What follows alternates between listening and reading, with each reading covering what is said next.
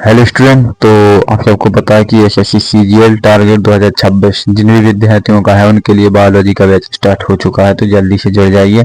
और आज की जो हमारी क्लास है वो है ग्रुप डी के रिगार्डिंग, क्योंकि ग्रुप डी का एग्जाम आने वाला है। ठीक है, 2 महीने बाद है, तो आपके पास 2 महीने में रिवीजन का ही टाइम बचा है। तो प्लीज अच्छे से रिवीजन कर लीजिए और जल्दी से जल्दी ज्वाइन हो जाइए। चलिए, तो आज का जो टॉपिक है वो है डीएनए। तो डीएनए क्या है, सबसे पहले हम इसी को समझते हैं। ओके, तो डीएनए जिनका फुल फॉर्म होता है deoxy ribo nucleic acid. Okay, लेकिन यहाँ पर अभी हम इसका नाम लिखेंगे ओनली डीएनए। ठीक है, इसलिए डीएनए का निर्माण कैसे हुआ था, डीएनए की उत्पत्ति, निर्माण, ये सब कैसे हुआ, क्या लगता है आपको? तो चलिए, सबसे पहले हम डीएनए के निर्माण की बात करते हैं, फॉर्मेशन की। क्या करें, डीएनए नाम की कहानी कहाँ से स्टार्ट हुई होगी। तो डीएनए का निर्माण कैसे हुआ? ओके, डीएनए का निर्माण के बारे में देखना है ना, तो चलिए हम डीएनए के बारे में ही समझ लेते हैं, डीएनए का निर्माण कैसे हुआ। तो देखो, डीएनए जो आनुवंशिक संरचना है, इससे भी एक छोटी संरचना है और इससे भी एक बड़ी संरचना है। ठीक है, डीएनए हमारे मध्य भाग में आता है। ठीक है, इससे डीएनए की भी एक छोटी संरचना है, डीएनए की भी एक बड़ी संरचना है। तो चलिए, सबसे पहले हम देखते हैं इसकी छोटी संरचना क्या है। तो इसकी जो सबसे छोटी इकाई, इसकी जो सबसे छोटी इकाई है वो क्या है, जीन है। जीन जो कि डीएनए की छोटी इकाई मानी जाती है। और है, ठीक है। अब क्या लिखना है हमको इसमें,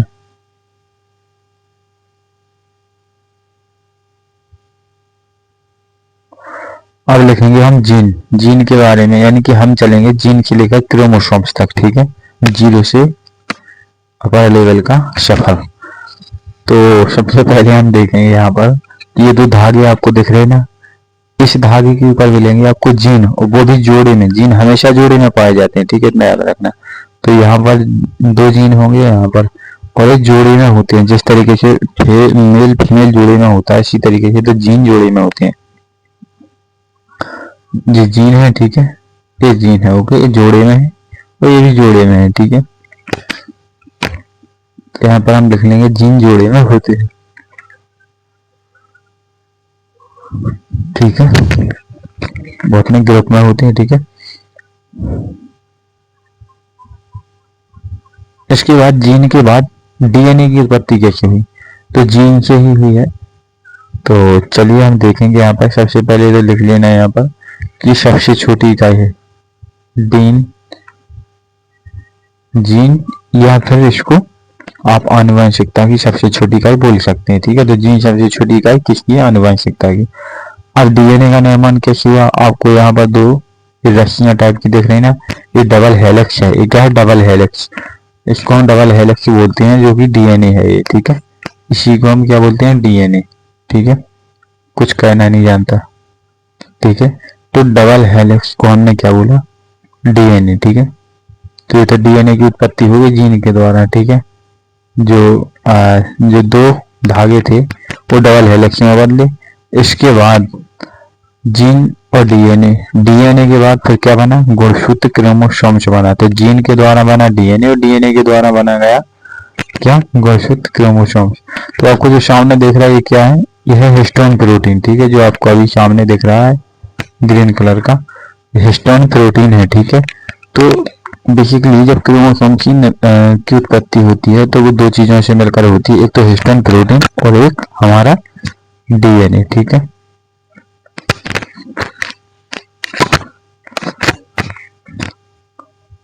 एक हमारा डीएनए। ओके, और डीएनए जाकर के हिस्टोन प्रोटीन से बंध जाता है। देखो आपको एक अच्छी नवा संरचना दिख रही होगी येलो कलर से, वो बन गया है। ठीक है, डीएनए किससे बन गया, प्रोटीन से बन गया। कौन से प्रोटीन से, हिस्टोन प्रोटीन से। ठीक है,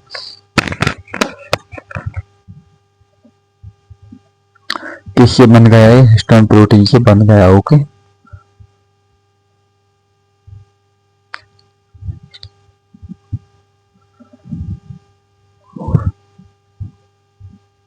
बन गया है। ठीक है, और डीएनए और हिस्टोन प्रोटीन मिलकर क्रोमोसोम्स का निर्माण करते हैं, गुणसूत्र का निर्माण करते हैं। बेसिकली मनुष्य के अंदर कितने गुणसूत्र होते हैं? तो 46 गुणसूत्र होते हैं, यानी कि 46 उनकी संख्या होती है, ठीक है।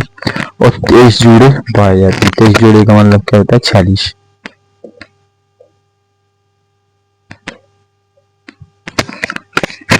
और इसके बाद हम देखेंगे एक दो रेखाएं हैं, इसके बाद डबल हेलिक्स है, यानी कि दो धागे, दो धागे से फिर डबल हेलिक्स जो डीएनए होता है, ठीक है। और डबल हेलिक्स के बाद सीधा आपको हिस्टोन प्रोटीन, और हिस्टोन प्रोटीन के बाद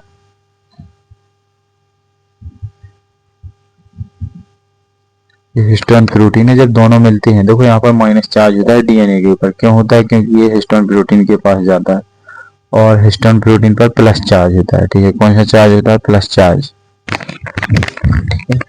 तो फिर इन दोनों से मिलकर क्या बनता है? क्रोमोसोम्स, यानी कि गुणसूत्र का निर्माण होता है, ठीक है। तो डीएनए और हिस्टोन प्रोटीन से गुणसूत्र का निर्माण होता है, ठीक है। उत्पत्ति कुछ भी बोल दीजिए,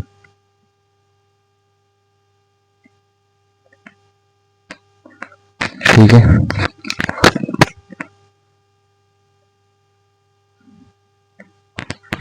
तो इतना तो समझ आ गया। यदि इतना समझ आ गया तो प्लीज सेशन को शेयर कर दीजिए, जल्दी जल्दी अपने ग्रुप में सेशन को शेयर कर दीजिए। तो मैं बताता हूँ कि जो गुणसूत्र यानी क्रोमोसोम से सबसे छोटी नहीं बल्कि सबसे बड़ी इकाई मानी जाती है आनुवंशिकता की, ठीक है। तो यहाँ पर लिख लीजिए सबसे बड़ी इकाई है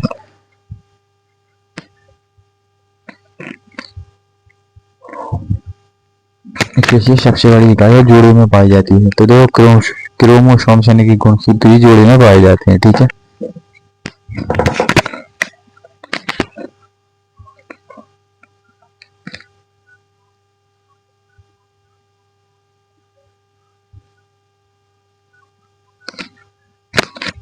ठीक है, आनुवंशिकता की सबसे छोटी इकाई है। अच्छा, तो वो गुणसूत्र की मैं बात करूं तो मानव में कितने होते हैं? तो सबसे पहले तो हम यहाँ पर लिखेंगे यह जोड़े में होते हैं। इसके बाद में मानव में होते कितने हैं?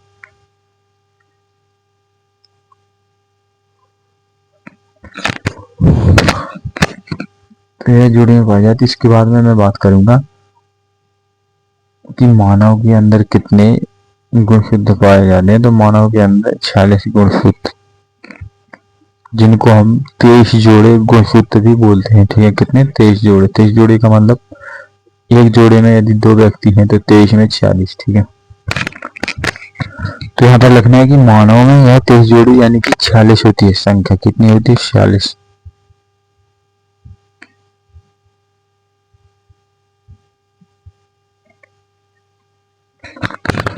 ठीक है। तो मानव में 23 जोड़ी गुणसूत्र पाए जाते हैं, जिनकी संख्या कितनी है? 46 है, ठीक है। इनकी संख्या कितनी होती है? 46 होती है, ओके। अब इस स्लाइड पर हम कुछ नहीं देखेंगे, अगली स्लाइड पर चलेंगे, ओके।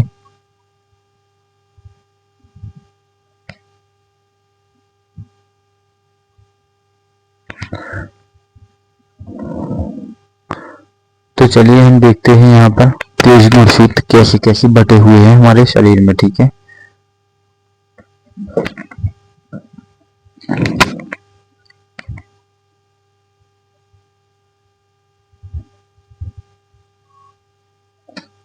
ठीक है, तो 23 गुणसूत्र मनुष्य में इस तरीके से बटे हुए हैं कि 22 गुणसूत्र यानी कि 22 क्रोमोसोम्स ये क्या होते हैं? शरीर में काम आते हैं, ठीक है। हमारे शरीर में काम आते हैं, ठीक है, हमारे शरीर में काम आते हैं। इसके बाद बचा हुआ है एक गुणसूत्र, क्योंकि 23 थे तो एक बचा हुआ है, क्या है? एक बचा हुआ है, ठीक है। तो एक बचा हुआ गुणसूत्र है जो वो क्या काम करता है? उसको क्या नाम दिया जाता है? उसको सेक्स क्रोमोसोम्स कहते हैं, ठीक है। क्या कहते हैं? लिंग गुणसूत्र, ओके। इसको सेक्स क्रोमोसोम्स कहते हैं, लिंग गुणसूत्रों के।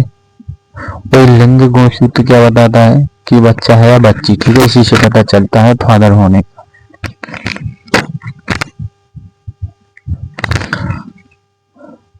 तो जो सेक्स क्रोमोसोम यानी कि जो लिंग गुणसूत्र होता है, इससे पता चलता है कि बच्चा है या बच्ची है, यानी कि लड़का या लड़की, ओके।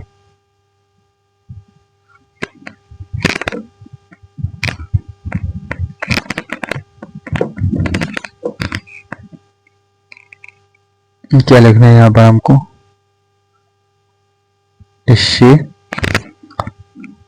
इससे पता चलता है कि बच्चा है या बच्ची है, लड़का या लड़की। ठीक है,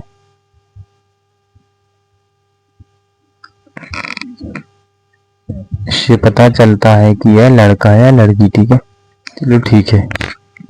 तो सेशन को प्लीज शेयर करते चलिएगा और डेली आपको इसी तरीके से क्लास मिलती रहेगी।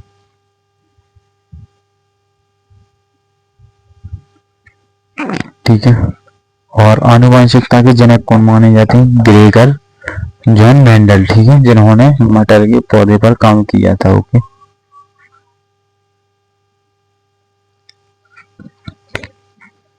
तो आनुवंशिकता के जनक ग्रेगर जॉन मेंडल माने जाते हैं, इन्होंने मटर के वृक्ष पर काम किया था। ठीक है,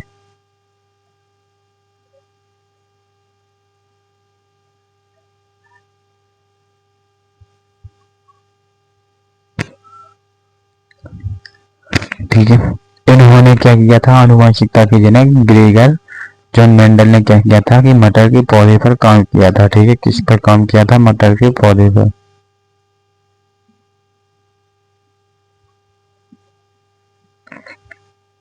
ठीक है, तो इन्होंने क्या किया था कि मटर के पौधे पर काम किया था।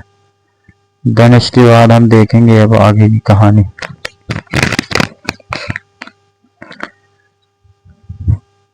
हमारे शरीर में दो आनुवंशिक पदार्थ पाए जाते हैं। कौन कौन से? दो।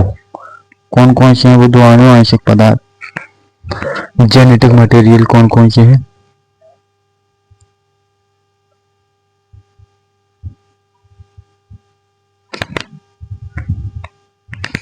ठीक है, तो हमारे शरीर में दो आनुवंशिक यानी कि जेनेटिक मटेरियल आनुवंशिक पदार्थ पाए जाते हैं। वो कहाँ पर है?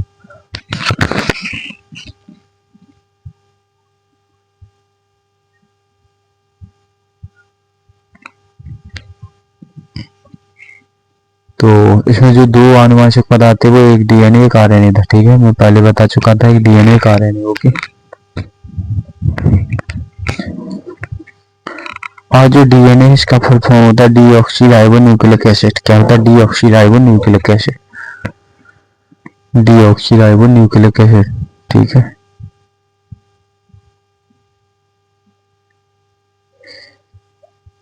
ठीक है, लिख लिया यहाँ पर। अब हम लिखेंगे आरएनए यानी कि राइबोन्यूक्लिक एसिड। इसका फुल फॉर्म होता है राइबोन्यूक्लिक एसिड।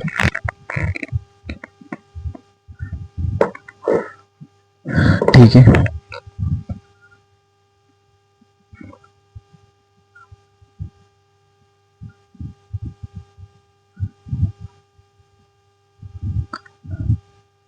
ठीक है,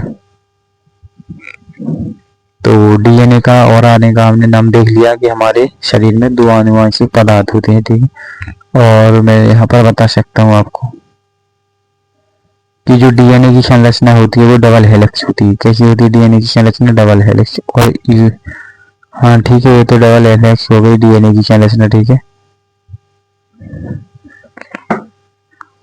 ओके, इसके बाद में हमारा बचा हुआ राइबोन्यूक्लिक एसिड यानी कि आरएनए। इसकी संरचना कैसी होती है? Single helix. कैसी होती है? Single helix. सिंगल हेलिक्स क्या होता है तो देख लीजिए इसकी संरचना कुछ।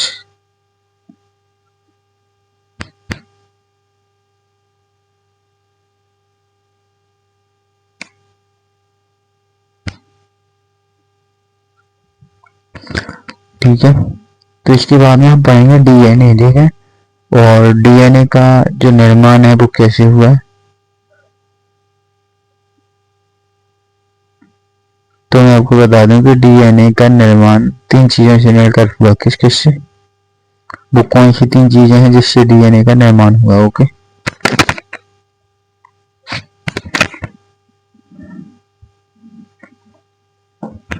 अब हम देखेंगे यहाँ पर डीएनए के बारे में। ठीक है, थोड़ा और तो कुछ ही बचा है। अब बेसिकली क्लास हो चुकी है, प्लीज शेयर कर दीजिए जल्दी जल्दी।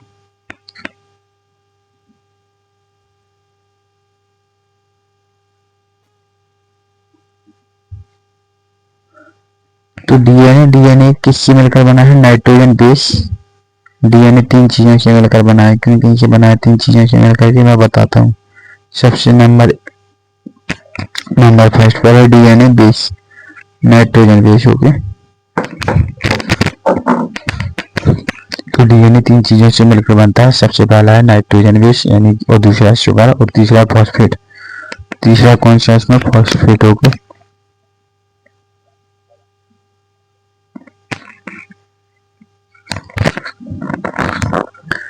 ठीक है, फॉस्फेट ग्रुप होता है। ओके, इसके बाद में हम अगर बात करें नाइट्रोजन बेस की, तो ये भी 2 चीजों से मिलकर बना होता है।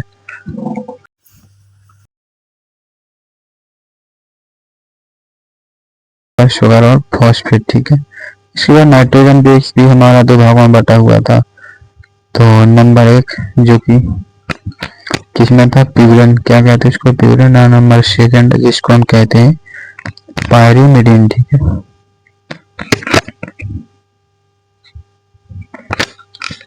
क्या कहते हैं इसको? पायरीमिडीन।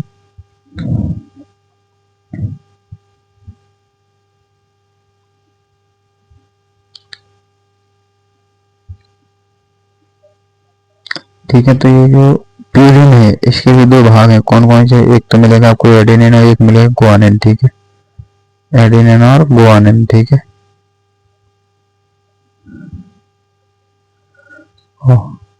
ठीक है, गुआनिन। ओके, इसके बाद में पायरीमिडीन।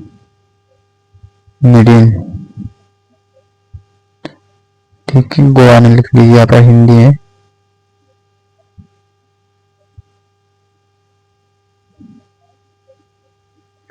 तो जो पायरीमिडीन है ये भी 2 भागों में बटा हुआ। एक तो साइटो, ठीक है, साइटोनिन, और एक थायमिन। ठीक है, साइटोसिन और थायमिन। ठीक है,